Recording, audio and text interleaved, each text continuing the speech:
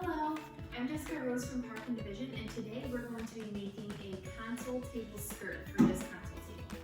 In my last video, I made a box pleat round table skirt for my entryway table, and I'll also be making a box pleat table skirt for this console table. But the process is a little bit different because it's a different shape. The pleats will not be all equal size, and I'll be adding trim around the sections between the pleats. So for this table, my husband built it to be custom sized, to be large enough and high enough to really ground this TV on this wall. So this is 72 inches long, 14 inches deep, and 36 inches high. Now, I'm going to be using this grass green linen, this beautiful linen from fabric.com, and this trim also from fabric.com that will go around the pleated sections. Now that you see what we're doing, let's go ahead and get started. So the first thing I wanted to show you was what a box pleat actually is. So you're going to have your fabric and you're going to fold it like this, and then fold it like this. And obviously it will be equal on both sides. So this is an inverted box pleat, and it will be sewn together up here and open right here. This is how our skirt is going to look. This on the back is what a box pleat looks like, where you see the two folds and it's sewn on the top like that. But like I said, we're doing an inverted box pleat. So when I talk about the amount of fabric inside the actual pleat, I mean the fabric from this fold to this fold inside the actual pleat. When I talk about the fabric between the pleats, or the panels between the pleats, I mean the distance from this fold to the next pleat, or this fold to the next pleat. So with my last video, I hung the fabric hanging this way, going with the yardage, because it was a striped fabric and the stripes went with the yardage. With this fabric, it doesn't have a stretch either way, and it doesn't have a print, so I can hang it either way, and I am going to hang it with the skirt going along with the yardage, so that I don't have to have different panels that I'm sewing together to make up the skirt, and it'll just look a lot more clean that way. So I'm just going to cut a really long 6.5 yard skirt out of this, and it has to be 39 inches high, so that I have 3 extra inches for attaching it to the top and doing the hem at the bottom.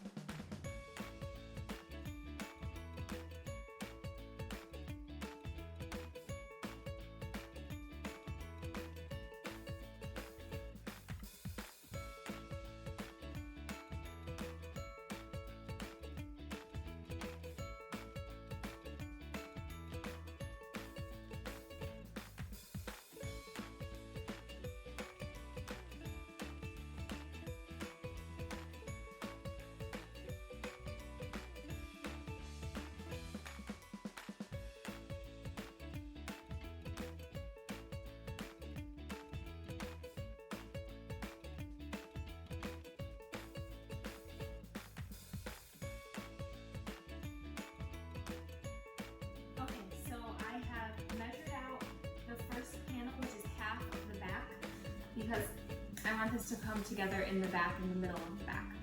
That's always going to be hidden, but it will be able to come apart to fit wires in between in the back.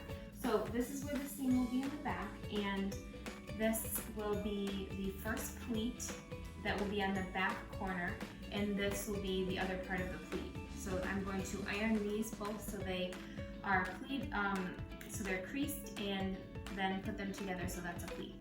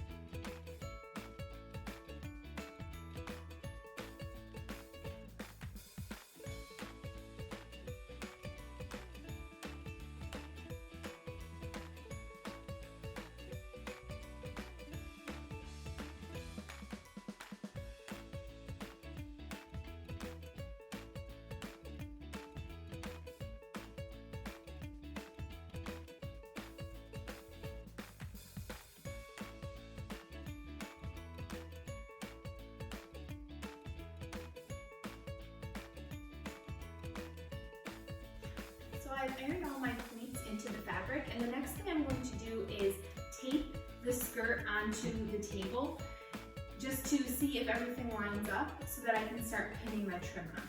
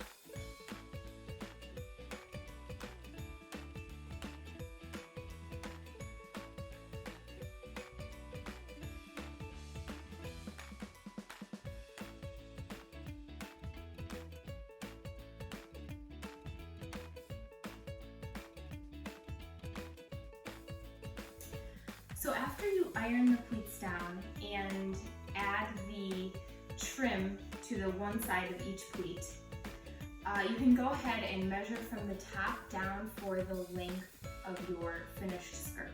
So I'm going to measure down 36 inches, and then I'm going to pin this along that line just above it so that I can pin it up the other side and get to sewing it on the pin.